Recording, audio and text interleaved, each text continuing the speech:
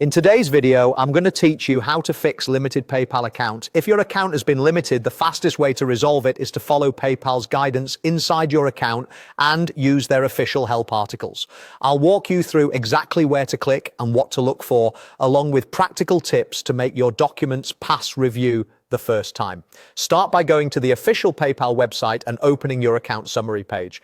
Make sure you're on the real PayPal domain and that your connection is secure. If you see any alerts about a limitation, that's normal. Today, we're using the help resources that point you to the precise steps for your situation.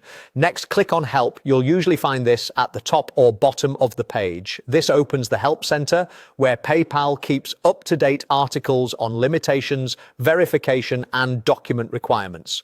In the Help Center search bar, type the word permanent.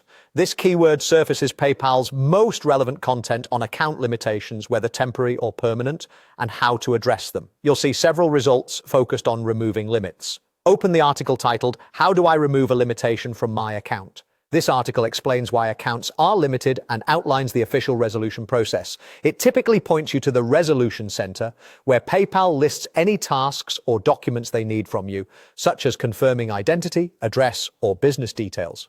Reading this first gives you context so you know exactly what PayPal is looking for. From that article, click on the link that covers tips for submitting documents. These tips matter. Use clear, unedited scans or photos. Show all four corners of the document. Ensure names and addresses match what's on your PayPal account, and avoid filters, crops, or redactions that hide information. Check that your ID is valid and not expired. Bank or utility statements are recent, and files are in common formats like JPG, PNG, or PDF.